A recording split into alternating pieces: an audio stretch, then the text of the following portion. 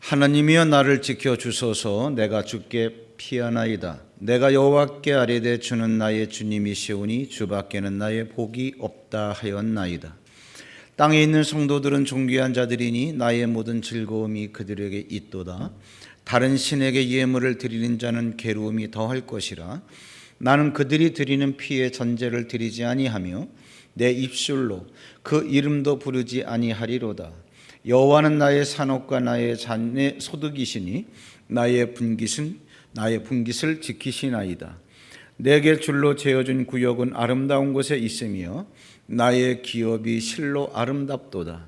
나를 훈계하신 여호와를 송축할지라. 밤마다 내 양심이 나를 교훈하도다. 내가 여호와를 항상 내 앞에 모시며 그가 나의 오른쪽에 계심으로 내가 흔들리지 아니하리로다. 이러므로 나의 마음이 기쁘고 나의 영도 즐거워하며 내 육체도 안전히 살리니 이는 주께서 내 영혼을 스올에 버리지 아니하시며 주의 거룩한 자를 멸망시키지 않을 것임이니이다. 주께서 생명의 길을 내게 보이시리니 주의 앞에는 충만한 기쁨이 있고 주의 오른쪽에는 영원한 즐거움이 있나이다.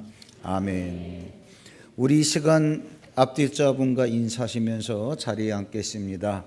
주님이 당신의 복입니다. 아멘.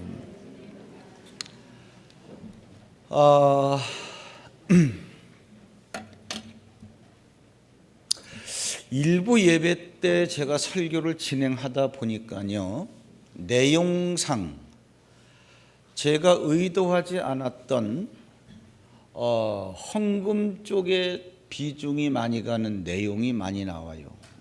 그럴 수밖에 없겠다. 이제 나중에 설교 끝나고 생각을 했는데 다시 이제 같은 내용을 갖고 설교를 두 번째 하면서 이런 생각이 들어요.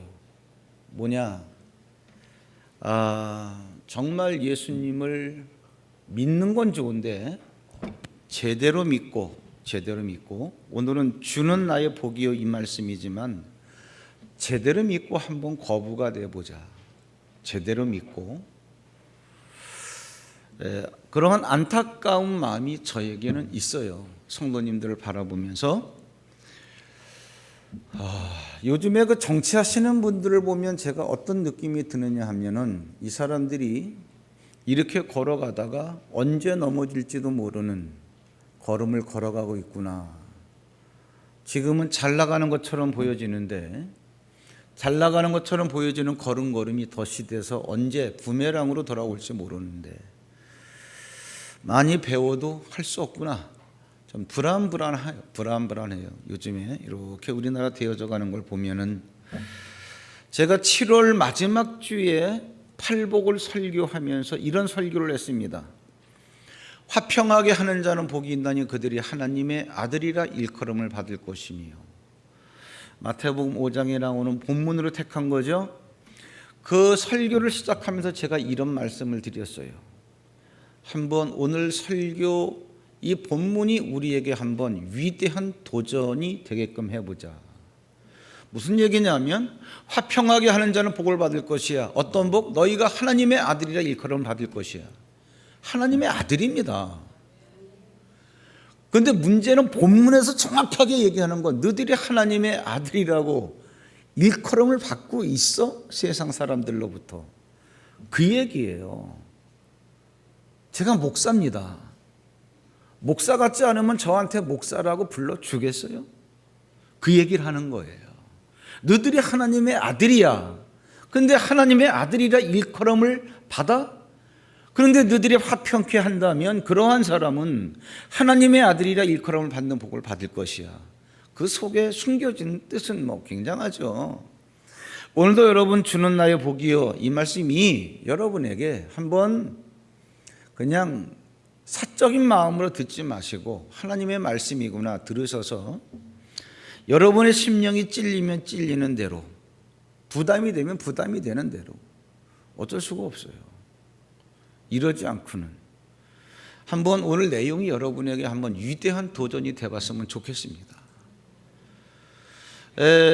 물론 대형 교회가 나쁜 건 아니지만 대형교회 많이도 다녀봤지만 대부분의 대형교회는 성도들을 다 그런 건 아니에요. 왜곡된 신앙생활이라고 하는 그 왜곡된 신앙생활에 숨어버리게 만들어버려요. 내 이름을 밝히지 않아도 되고 뭐 어디 안 나가도 되고 주일 예배 그냥 한 번만 드리고 신앙생활 한다라고 하는 식으로. 왜? 설교가 스무스해요. 마사지 해주는 식으로. 그냥 살살살살살 그냥 부드럽게.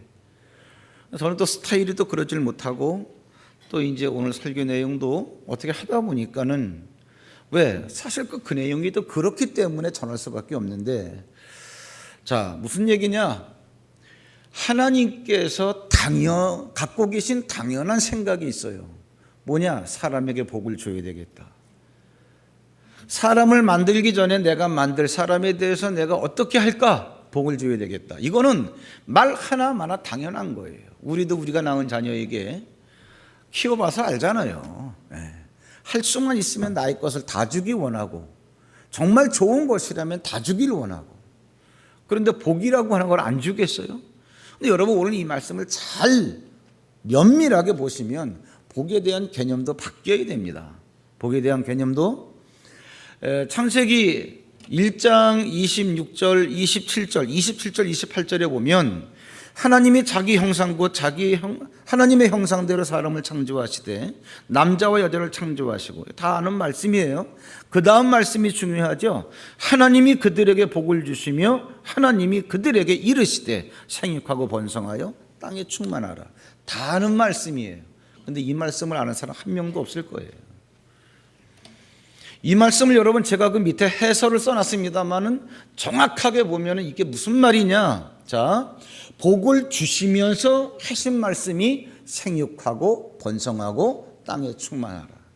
그럼 생육하고 번성하고 땅에 충만하라 라고 하는 것은 복은 아니에요.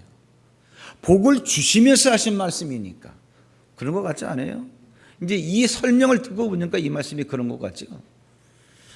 정확한 해석이 뭐냐 하면은 내가 너에게 복을 줄게. 그러니까 네가 생육하고 번성하고 땅에 충만하라 그런 얘기예요.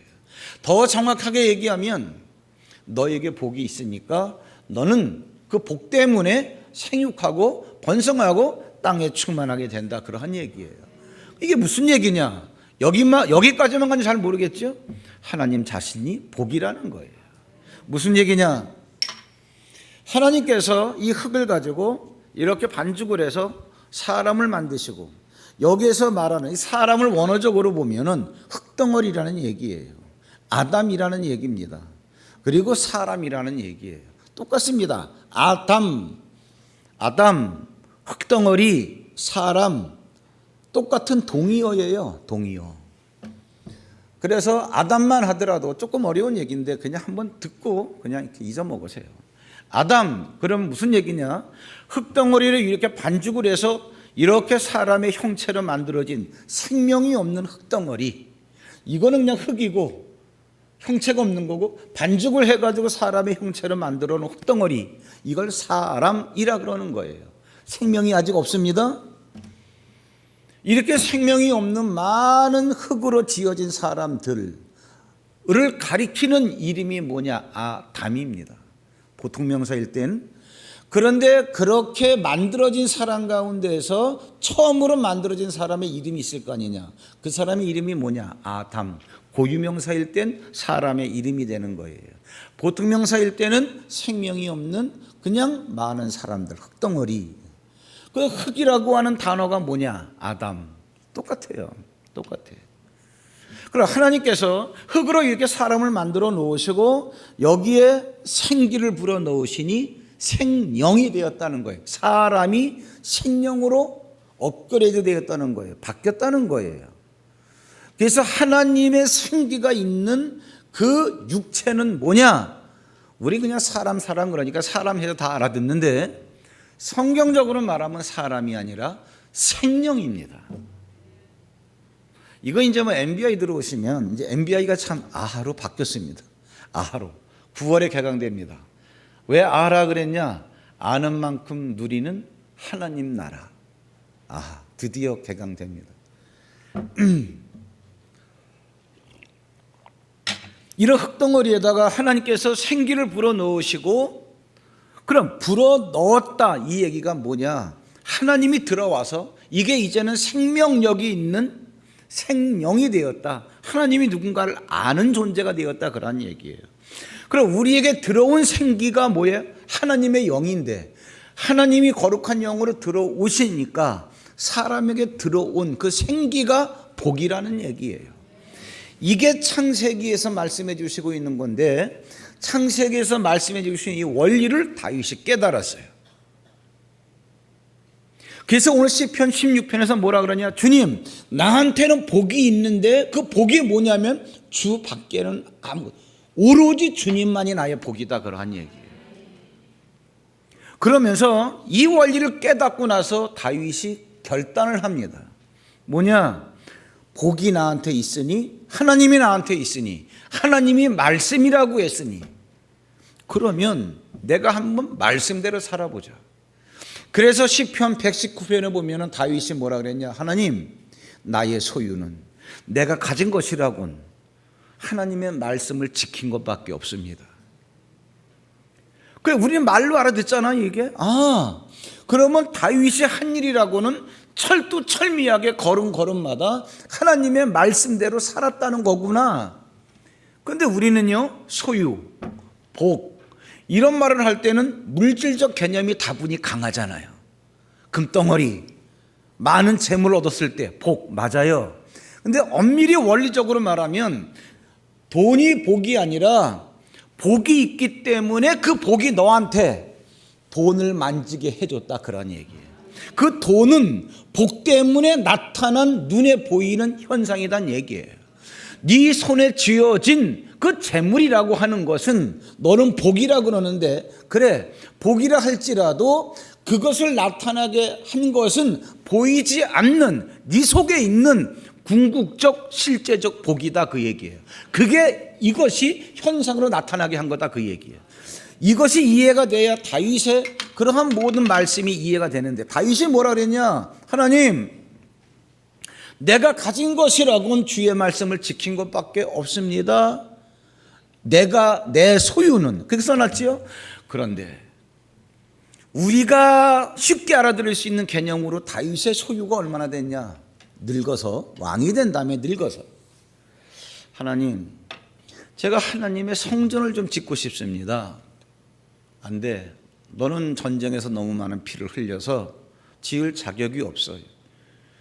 그렇게 말씀하시면 제가 지을 수는 없겠는데, 그러면 제 아들이 성전을 짓게끔 하는데, 근데 제가 성전 건축 헌금을 좀 하면 안 되겠습니까? 그건 그렇게 해. 그럼 괜찮아. 그래서 다윗이 성전 건축 헌금으로 헌금을 내놓는데 거기 써놨습니다. 금이 10만 달란트, 은이 몇만 달란트, 철, 동, 이런 거 무수히 많이 내놨다, 그런 얘기예요. 자, 금 10만 달란트, 그러니까 여러분 감각이 없을 거예요. 한 달란트는 각 나라와 각 시대에 따라서 달리 사용되었는데 최소 24kg에서 최대 60kg까지 달란트, 로마 화폐 단위로는 60달란트예요. 그러면 24에서 64까지 다양하니까 평균을 내면 84를 2로 나누면 42kg 아닙니까? 40kg로 잡고 10만 달란트면은 몇입니까? 400만 달란트가 되겠죠. 400만 킬로가 되겠죠. 400만 킬로. 400만 킬로가 맞나요? 40kg. 어쨌든 10만, 400만 킬로. 네. 그러면 그것이 몇 톤이냐? 지금 여러분 쉽게 말해 줄게요. 16톤 덤프트럭 있죠? 바퀴 16개 다니는 그 덤프트럭. 그리로 약 200대의 분량을 실은 금덩어리예요. 놀라지도, 너무 놀라가지고 부동자세네. 어차피 내 돈 아니니까 그냥 들어주기는 한다, 그런 얘기.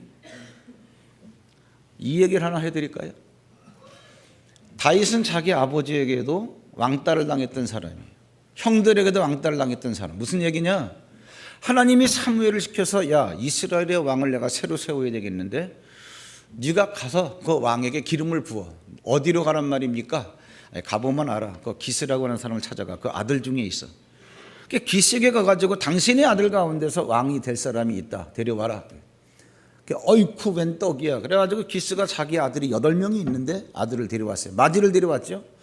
굉장히 잘생겼어요. 얘구나. 하나님께서 아니라는 거예요. 다음 2번째가 들어왔어요. 얘구나. 아니라는 거예요. 3번째, 4번째 계속 들어오는 거예요. 하나님께서 야, 네 눈에 잘생긴 애들이 멋있게 보인다 할지라도 사람은 외모를 보지만 나는 중심을 본다. 계속 들어오는데 아니라는 거예요. 7번째까지 들어왔습니다. 그래도 아니라는 거예요. 그 다음에 들어와야 되는데 안 들어와. 사무엘이 묻습니다. 네 아들이 다냐? 그랬더니 한 명이 있는데 양을 치고 있습니다. 여러분 이 얘기도 잘 들어보세요.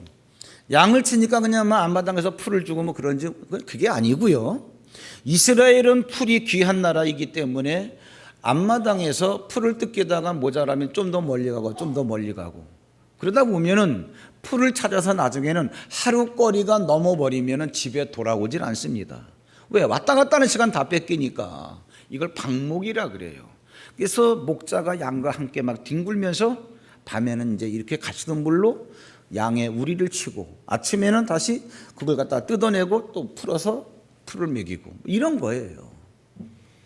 그 생활을 누가 하려고 그러겠어요? 형들이 야 네가 해.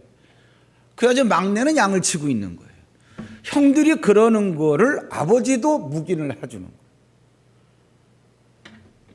아버지도 인정을 안 해주는 거죠. 그 왕따로 치면서 사는데 하나님께서 사무엘이 뭐라 그러는 거니? 그 막내를 데리고 와. 데려오기 전까지 내가 밥을 안 먹을 거야. 데리고 왔습니다. 그때 하나님께서 내가 저 사람을 택했다. 쟤는 내 마음에 합한 자다. 그랬을 때 산전수전 다 겪으면서 십몇 년을 갔다가 결국은 뭐예요? 그가 이제 다윗이 고난을 받은 가운데 나중에 왕이 되죠. 왕이 되면서 그가 뭐라 그러느냐? 나를 이스라엘의 왕으로 세우시고 정말 하나님은 약속을 지키신 분인데 하나님 내가 철두철미하게 내가 가진 것이라곤 하나님의 말씀을 지킨 것밖에 없습니다. 하나님의 소유, 나의 소유라고는 그 나의 소유를 표현했는데 진짜 그 다윗이 갖고 있는 소유를 보니까 뭐예요? 16톤 덤프트럭 200대 분량의 헌금만 나머지 헌금하지 않은 자기 소유는 얼마나 되겠어요? 가능하죠. 이게 성경입니다.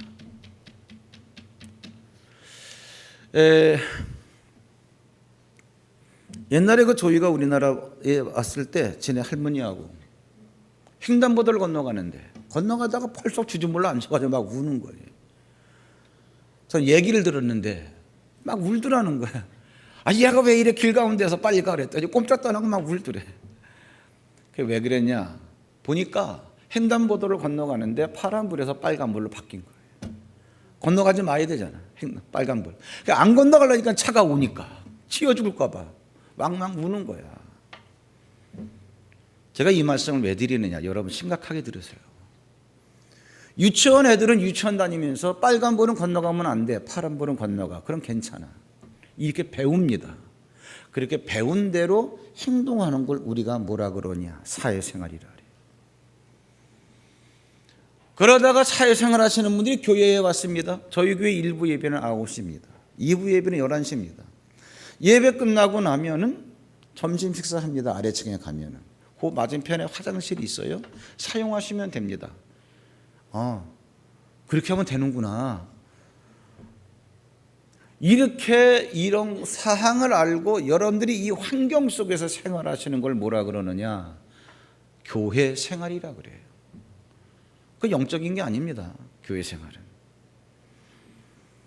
그런데 그러한 분들이 하나님의 말씀을 깨닫고 하나님의 사람이 하나님의 말씀대로 살아볼까가 뭐예요? 신앙생활입니다. 근데 우리가 하나님의 깨달은 말씀대로 하나요? 안 합니다. 제가 왜 돈 얘기를 하게 됐냐면 일부 예배 때 11조 얘기를 했는데 11조 해라. 이것도 따로 제가 설교를 하긴 해야 되겠는데 영적 원리를 알지도 못하는 분들이 뭐 11조 해야 되나 말아야 되나. 교회 다니는 사람들이 이런 얘기하고 있어요. 그건 그건 일고의 가치도 없고 이 비밀을 모르니까 그러는 거예요. 여러분 성경 말씀은 모르더라도 귀라도 좀 밝아보세요. 지금 여러분 세계 경제를 주름잡는 유태인들, 세계 경제를 주름잡는 유태인들이요, 지금 11조를 얼마씩, 11조가 아니지, 걔들은 13조를 합니다. 무슨 얘기냐? 제사장은 애들을 하도 많이 낳아가지고 제사장을 갖다 부양을 해야 되니까 그들이 내는 세금으로 법적으로 정해놨습니다. 걔들은 종교국가니까 11조가 좀 감당이 안 된다. 그러니까 12조를 내라. 12조가 좀 안 된다. 왜? 지금은 인구정책 쓴다고 뭐 이 유태인들도 애기를 조금 낳는데 그냥 제사장은 그냥 막 교회에서 돈 나오니까 그냥 막 낳는 거예요.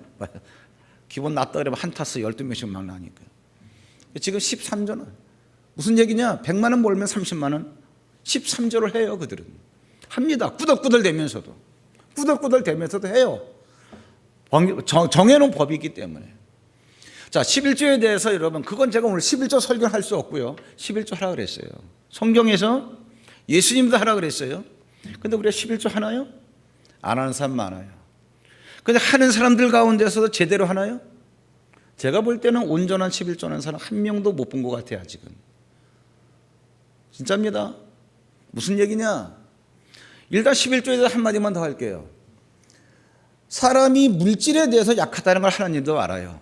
십계명에서는 절대로 하나님을 시험하지 말라 그랬는데 말라기에 보면은 야, 너희들이 온전한 11조를 나의 창고에 들여 내가 너희들에게 복을 쌓을 곳이 없도록 붙나 붙지 않나 나를 시험해봐라. 11조만큼은 시험해보라 그랬어요. 시험해도 좋아서 그런 게 아니라 너무 인색하니까. 물질이라는 게 참 희한합니다. 제가 성지순례 가봤는데 이제 한 이틀, 3일, 4일 지나면 피곤하기 시작해요. 그럼 아침에 몇 시까지 나오세요? 그럼 대충 시간 지켜요. 하루에도 뭐 한 10번 정도 쉬니까 어디 가서 한번 보고 잠깐 20분 시간 드리겠습니다. 몇 분까지 오세요. 그러면 꼭 늦는 사람이 있어요. 늦는 사람 한두 명 때문에 전체가 다 발이 묶이는 거야. 그러다 보면 누가 뭐라 그러지 않아도 자연스럽게 승질급한 사람이 맨 앞에 앉아가지고 타임키퍼 하는 거야. 1분 늦는데 1달러씩. 2분 늦으면 2달러. 그냥 정해야 돼. 그건 다 좋다 그래. 약속할 때는. 그 늦었어? 1분 늦어서 1달러. 시간 보고 있다가 2분 늦어서 2달러. 그런데 1달러 내라 그러잖아요. 순순히 내는 사람 내가 한 명을 못 봤어. 나도 순순히 안 냈어. 근데 희한해요. 1달러라 그래봤자 쉽게 말하면 1,000원이야. 내가 우리나라에서 지금 목양실에 거지가 와도 내가 3,000원, 5,000원을 주는데 진짜 줍니다. 그런데 이거는 원화가 아니라고 달러라서 이게 비싸 보여서 그런지 그래봤자 1,200원이야. 근데 나한테 1달러를 내래 늦었다고. 근데 내가 야, 내 시계로는 아직 제 시간인데 막 이러는 건 좋은데 그때 막 내가 야, 아직 나는 안 늦었어 말하는데 속을 들여다보니까 진짜로 돈에 대해서 이게 마음이 붙잡히더라니까. 막 아까운 생각이 들고 이게 이해가 안 가는 거예요. 내가 거지한테 3,000원도 주면서 내가 치사하게 말이야. 다 나이 많은 목사들끼리 1달러 내라 그러는데 그러면서 또 그냥 뭐 한 몇십만 원 되는 밥은 퍽 사면서 30만 원짜리 밥값을 내면서 내가 왜 이 1,000원 내는 거 가지고 이렇게 째째하게 마음이 매이지? 심리가 그런 거더라고요, 이게. 무슨 얘기냐? 꼭 내야 된다라고 하는 페널티를 정해놓으면 이게 마귀가 이렇게 끌고 가요. 11조. 하나님과 약속된 거예요. 어떤 분이 난 11조 제대로 하는데 왜 한 명도 못 봤다 그러지? 간단히 얘기해 드릴게요. 간단히. 예수님이 그 말씀하셨어요. 너희가 포도주를 마실 때 하루 사이는 걸러내고 낙타는 삼킨다. 여러분, 아파트를 샀는데 3억에 샀는데 팔 때 5억에 팔았어. 2억이 남았죠. 무슨 말씀하시는지 제가 무슨 말씀 드리는지 다 알겠죠. 국가에 대해서 2억에 대해서 양도소득세는 다 냅니다. 가해사 할 건 가해사에게, 하나님 건 하나님께. 성도들이 이런 자존심이 없어요. 2억에 대한 11조 하셨나요? 생각해 보세요. 더 이상 제가 부연 설명 안 하겠습니다.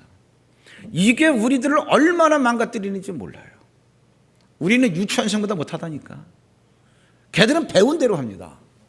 빨간불 그럼 딱 멈춰요. 근데 죽게 생겼으니까 우는 거예요. 주저물러 앉아서 울지언정 안 가요. 그러니까 지네 할머니가 끌고 왔대. 안 간다는 거죠. 우리가 여러분 하나님의 말씀을, 그러니까 신앙생활은 말씀이 전제가 된 거 아니에요? 그러니까 신앙생활 하는 데 있어서 우리가 하나님의 말씀을 지키는 데 있어서 이 정도 태도만 가져도 우리는요 감당을 못합니다. 하나님이 쏟아부어 주시는 거에 대해서. 정말입니다. 정말. 자, 하나님께서 이렇게 말씀하셨어요. 야, 너희들이 내가 염려하는 게 뭔지 알아? 하나님의 염려가 뭘까요? 내가 너희들을 애굽에서 건져냈어. 그리고 내가 불뱀과 전갈이 있는 광야를 통과하게 했어.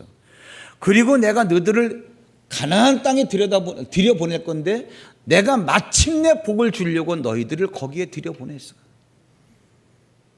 그러면 복은 가나안 땅에 가서 받는 거예요. 마침내. 그런데 마침내 주신다라고 하는 복이 뭔가 봤더니 재물이에요. 너희가 들어가서 재물을 얻을 때에 이렇게 얘기가 나와요. 그 하나님께서 제가 거기는 이제 써놓은 게 개역 성경을 써놓은 건데 신명기 8장 17절에 보면 또 두렵건대 두려운 게 있어요. 뭐냐? 너희가 재물을 얻었을 때에 내 손의 힘과 능력으로 재물을 얻었다 할까 하노라. 그렇게 생각할까 봐. 무슨 얘기냐? 너희들에게 재물을 얻게 한 거는 나야. 너희들 안에 있는 하나님의 영이 너희들이 하나님의 말씀을 따라 살 때에 재물을 얻게 한 거예요. 근데 여러분, 하나님 말씀을 따라 살지 않았던 이스라엘 백성들은 다 광야에서 끝났습니다, 인생이.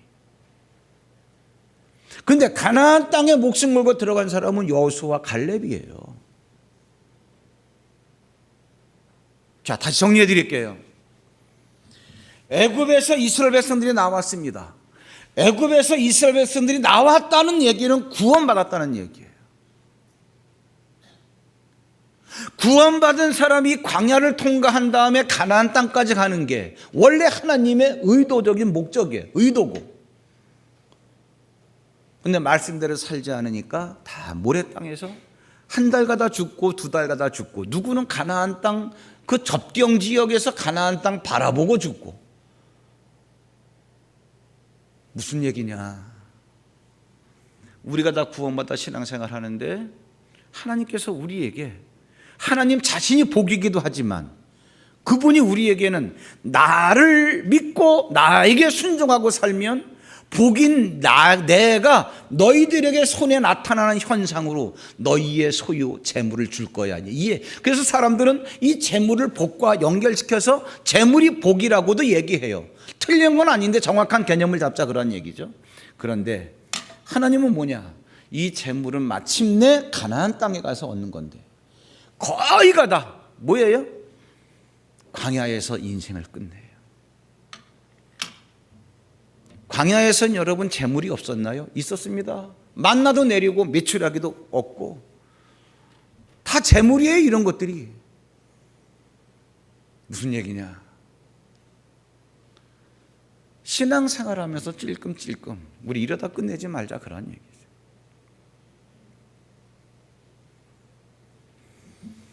제 간증을 잠깐 해드릴까요? 저는 정말 먹을 쌀이 없어가지고 풀을 뜯어먹고 살았던 사람이에요. 하루 이틀이 아니에요. 3년을 그렇게 했어요. 3년을 그렇게 했어요. 먹을 쌀이 없어서 제가 그때 성가대석에 앉았었어요. 평신도 때. 야, 정말 지지리도 못 산다. 그러던 어느 날 하나님이 은혜를 주셨는지 그런 생각이 나는 거예요. 어떤 생각이 나느냐? 야, 이래도 망하고 저래도 망하는데 이왕 망하는 거 예수를 안 믿을 수는 없고, 이래도 못 살고 저래도 못 사는 건데 내가 도둑놈 소리 듣지 말자. 11조 온전히 한번 해보자. 근데 문제는 뭐냐면 11조 해본 적이 없는데 얼마인지를 알아요. 근데 사업도 망하고 오죽하면 제가 풀을 뜯어먹고 있을 때인데 아무도 몰라요. 저희 집안 식구도 모르고 저희 처갓집도 모르고 자존심 상해서 얘기를 안 해요. 차라리 굶어 죽는 게 낫겠다. 그래가지고 집사람도 얘기 안 하고 친정에다 돈 한 푼 빌린 적이 없습니다. 이러다가 먹을 게 없어가지고 죽으면 죽는 거야. 그래서 우리는 꾸는 거를 별로 안 좋아해. 까짓 거 아니에요. 이러다가 죽으면 죽는 거지 무슨 치사하게. 근데 성가대에 어느 날 앉아서 예배를 드리는데 이래도 망하고 저래도 망하는데 아직 그 11조라도 제대로 하고 망하자. 아직 그 얼마인지 알아야지. 그래가지고 이렇게 뭉태기 돈으로 기억나는 것만 더듬어 보니까 800만 원이야. 100만 원 들어온 데 있고 누가 또 200만 원 그때 만들어진 적이 있고 뭐 해가지고 800만 원.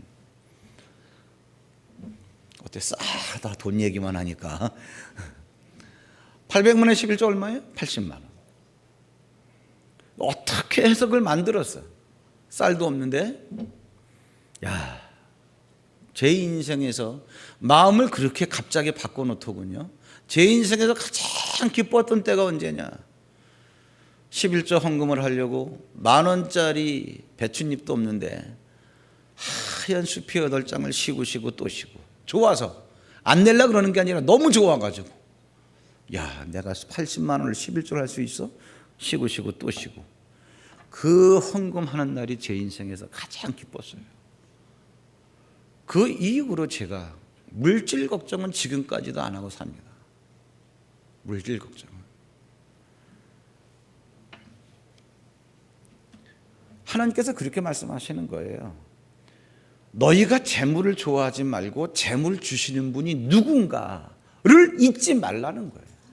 하나님은 그게 두렵다는 거예요. 다윗이 이것을 깨달은 거예요. 이것을. 자, 그럼 이러한 다윗의 감각을 갖고 여러분 한번 이제 우리가 시편 16편을 읽어 내려가기 시작을 하는데 제가 1절을 읽으면 여러분들은 주보에 나와 있는 1절 제가 그걸 풀어놓은 것을 같이 여러분들이 읽으시면 됩니다. 같이. 저는 성경 말씀을 읽을게요. 1절부터 1절 하나님이여 나를 지켜주소서 내가 주께 피하나이다. 여러분은 나를 지켜주실 분은 시작. 일부 때보다 소리가 더 적어. 일부 때는 여러분 한 반 정도 나왔는데 더 씩씩하던데 잘하시더라고요. 2절 내가 여호와께 아뢰에 내 주는 나의 주님이시오니 주밖에는 나의 복이 없다 하였나이다.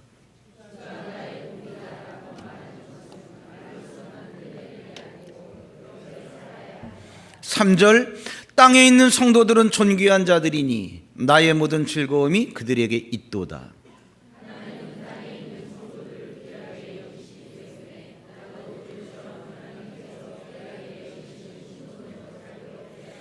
4절 다른 신에게 예물을 드리는 자는 괴로움이 더할 것이라 나는 그들이 드리는 피의 전제를 드리지 아니하며 내 입술로 그 이름도 부르지 아니하리로다.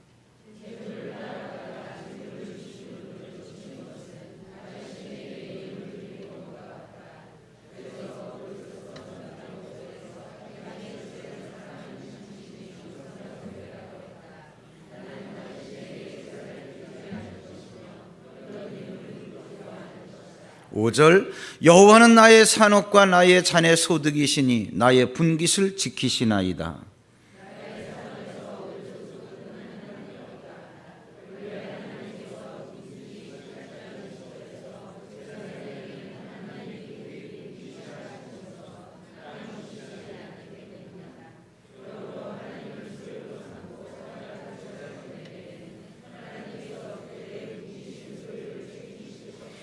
6절 내게 줄로 채어진 구욕은 아름다운 곳에 있으며 나의 기업이 실로 아름답도다.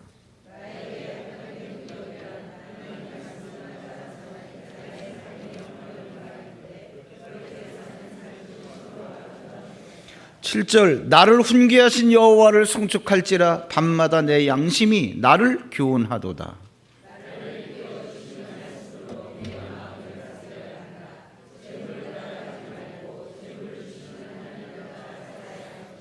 내가 여호와를 항상 내 앞에 모시며 그가 나의 오른쪽에 계심으로 내가 흔들리지 아니하리로다.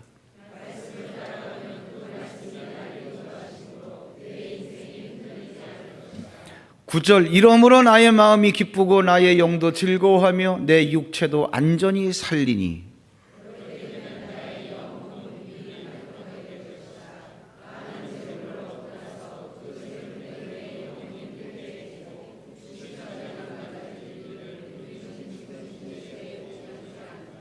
10절 이는 주께서 내 영혼을 세월에 버리지 아니하시며 주의 거룩한 자를 멸망시키지 않으실 것임이니이다.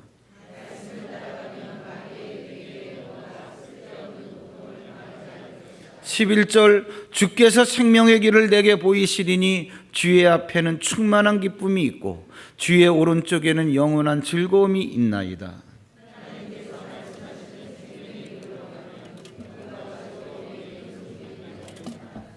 아멘.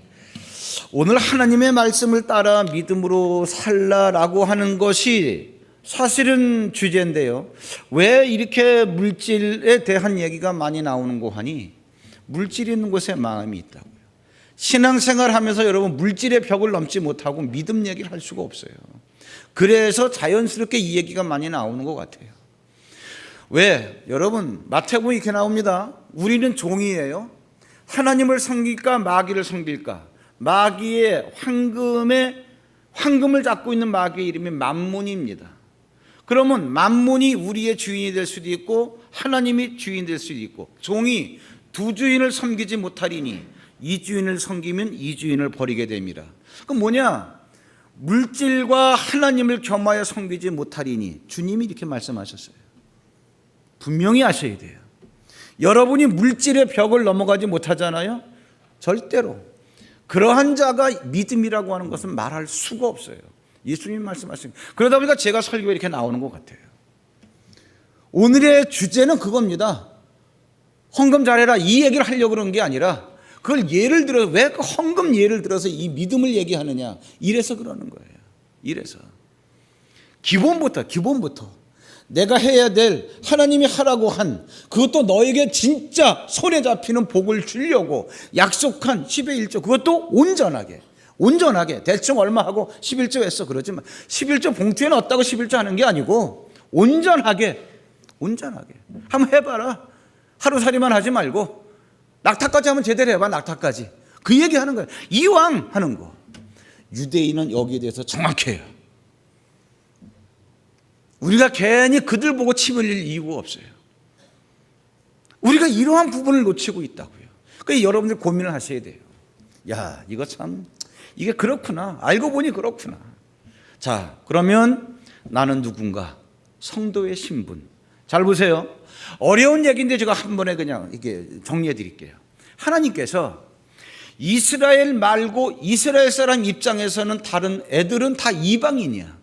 그 이스라엘 말고도 수많은 이방인들이 세상에 있어. 그럼 어떻게 구원시킬 거냐? 예수를 믿는 믿음으로 구원시켜야지. 믿음으로. 이 계획을 세워놓으시고 하나님께서 그걸 성취하기 위해서 아브라함아 본토 친척 아비집을 떠나라. 그러니까 하나님을 모르고 있었던 아브라함이 어느 날 하나님이 오셔가지고 이렇게 말씀하시니까 그 말씀을 따라서 그가 고향을 떠났다. 창세기 12장 4절이 이렇게 나왔어요. 무슨 얘기냐? 하나님을 몰랐던 아브라함이 하나님의 말씀을 믿는 믿음으로 따라갔다, 그러한 얘기예요. 그 아브라함이 믿음으로 구원받았다는 것을 왜 모델로 세워서 믿음의 조상 이렇게 얘기하는 거예요. 그 왜 아브라함을 믿음의 조상으로 세웠냐? 많은 이방인들도 예수를 믿는 믿음으로 구원받게 하려고. 그래서 예수를 믿는 믿음으로 구원받은 자를 뭐라 그러느냐? 믿음으로 구원받은 아브라함의 자손, 이렇게 얘기하는 거예요. 우리가 누구라고? 아브라함의 자손이라. 그럼 아브라함의 자손이라고 하는 것까지 정리가 됐으면, 아브라함의 자손이면 아브라함이 받은 복도 같이 받아야 아브라함의 자손이지. 아버지는 부자인데 아들이 거지다, 말이 안 되잖아요. 예. 그러니까 그 아버지의 그 아들이니까 네가 아브라함의 자손이면 아브라함이 받은 복도 같이 받는 거다, 이 얘기예요. 그래서 아브라함의 자손이라는 거예요. 확인 한번 해볼까요? 우리는 누군가? 아브라함의 자손. 갈라디아 3장 7절 8절 뭐라 그랬습니까? 그런즉 믿음으로 말미암은 자들은 아브라함의 자손인 줄 알지어다. 제가 그 구절은 안 써놨는데 구절에 보면 네가 아브라함의 자손이기 때문에 뭐예요? 아브라함이 받은 복과 똑같은 복을 너도 받는 거야, 이 얘기예요. 그러면 이제 결론입니다. 충격적인 얘기가 나와요. 한번 여기에 여러분 도전 한번 해보세요. 뭐냐? 아브라함이 받은 복이 두 가지가 있는데 그게 뭔지를 알아? 첫째 복은 하나님께서 아브라함이 딱 말씀을 믿음으로 떠나니까 하나님께서 뭐라는지 아세요? 아브라함아, 너 복이 되라. 참, 복 받아라 이래 얘기가 되는데 네가 복이 되라 그러한 얘기야. 이게 무슨 얘기예요? 이게 나라고 한다면 이거 자체가 복덩어리다 그 얘기예요. 창세기 12장 2절에 보세요. 내가 너로 큰 민족을 이루고 내가 네게 복을 주어 내 이름을 창대하게 하리니 너는 복이 될지라. 네게 복을 주어, 네게 복을 주어가 뭐야? 내가 너한테 들어가겠다, 너와 함께 하겠다. 그러니까 너는 뭐야? 하나님이 되라 그 얘기야. 하나님이 함께하는 사람이 되라 그 얘기야. 너는 복이 되라 그러한 얘기야. 왜? 하나님이 복이니까. 여러분 무슨 말인지 아세요? 이게 첫째 복이에요. 한번 따라해 보실래요? 나는 복이다. 이제 의미를 알고 이 말씀을 하셔야 돼요. 말로만 해도 되는 것도 아니에요. 뭐예요? 말씀대로 살아갈 때. 그래서 제가 위대한 도전이라 그러는 거예요. 역사는 다 일어나는 게 아닙니다. 여러분은 역사를 일으킬 자격은 갖고 있지만 행할 때 되는, 행할 때. 왜 설교를 이런 식으로 하느냐? 그냥 행해집니까? 깨달아져야 행해지지. 그래서 이 말씀 드리는 거예요. 두 번째 복이 뭐냐? 네가 복이면 네가 인생을 사는 동안 사람들이 너를 축복하는 자도 있고 저주하는 자도 있는데 너를 축복하는 자는 내가 그 사람들에게 복을 줄 거고 너를 저주하는 자에게는 내가 그 사람들을 저주할 거예요. 그러니까 너는 상대하지 마. 아, 이거 엄청난 비밀이 들어있는 거예요. 여러분이 이 말씀을 분명히 갖고 있으면 여러분을 잘되라 잘되라 하는 사람은 하나님이 그 사람한테 복을 주시기 때문에. 그런데 여러분한테 자꾸 딴지나 걸고 저주하잖아요. 그 사람 나가 떨어집니다. 내가 뭐라 그래서가 아니라 하나님 이렇게 하겠다는 거예요. 나는 하나님 말씀대로만 살았는데. 그러니 여러분 뭐예요? 너는 다른 사람 잘되게 하는 사람이 되라. 네 자체가 복이니까 너에게 들러붙는 사람은 이거 뜯어먹고 사는 거야. 너 때문에 다른 사람들에게 네가 유익을 끼치는 일을 해라 그러한 얘기예요. 그 여러분 기분 좋지 않아요? 옛날에는 공부해서 남주나 그러는데 요즘은 뭐예요? 가치관이 많이 업그레이드 됐잖아요. 뭐예요? 공부해서 남 줘야지. 내가 만들어낸 것 때문에 많은 사람들이 혜택을 보고 이게 여러분 우리 존재의 의미가 있는 거 아니에요? 먹고 살기 힘들 때는 수준도 낮아가지고 나만 살겠다 그랬는데 알고 보니까 넓은 세상은 그게 아니더라 그러한 얘기지. 내가 남에게 유익을 끼치는 사람. 아브라함이 받은 복이 그겁니다. 네가 복이 되고 네가 다른 사람들에게 복을 얻게 해주는 사람이 되라 그러한 얘기예요. 이게 바로 우리예요. 왜? 우리가 아브라함의 자손이니까. 생각이 바뀌어야 됩니다. 여러분 자신이 먼저 잘 살아야 되지만 그걸로 끝나지 않고 남을 잘 살게 해줄 수 있는 사람. 어떻게 할 때? 여러분이 하나님 말씀대로 살 때. 그게 뭐예요? 여러분 이미 복을 갖고 있는 사람이에요. 여러분 안에 하나님이 계셔. 그러니까 다윗이 말한 대로 하나님 나에게는 주밖에 복이 없습니다. 내가 하나님을 갖고 있습니다. 그래서 내가 복의 말씀대로 사는 게 내가 갖고 있는 전재산입니다. 그랬더니 그 전재산이 나중에 딱 눈에 보여지는 걸 딱 보였을 때는 어떻게? 200대의 트럭 분량의 금덩어리를 헌금으로 할 수 있는 정도. 여러분 제가 헌금 설교 보통 평소에 거의 안 하잖아요. 하세요. 11조 제대로 하세요. 특히 사업하시는 분들 분명히 말씀드리는데 제대로 하세요. 제대로. 이번 사업했는데 10억 남았어. 1억 하세요. 하려니까 너무 커. 마귀의 유혹입니다. 100억도 하세요. 왜 못합니까? 그러한 사람의 심리를 다 알고 있어요. 마귀가. 이 물질의 벽을 넘어서 여러분들이 정말 한번 해보세요. 우리 피곤하잖아요. 맨날 예배 드려도 변하는 게 별로 없고 신앙생활 해도 잘 되는 게 별로 없는 것 같은, 남에게 말은 못하지만 내가 나를 봐도 참 짜증나고 맨날 돈 걱정하고 한번 해보세요. 근데 저는 참 행운인 게 그 생각이 딱 나더라고. 어차피 망하는 거. 도둑놈 소리 듣지 말자. 갈 때까지 갔거든 저는.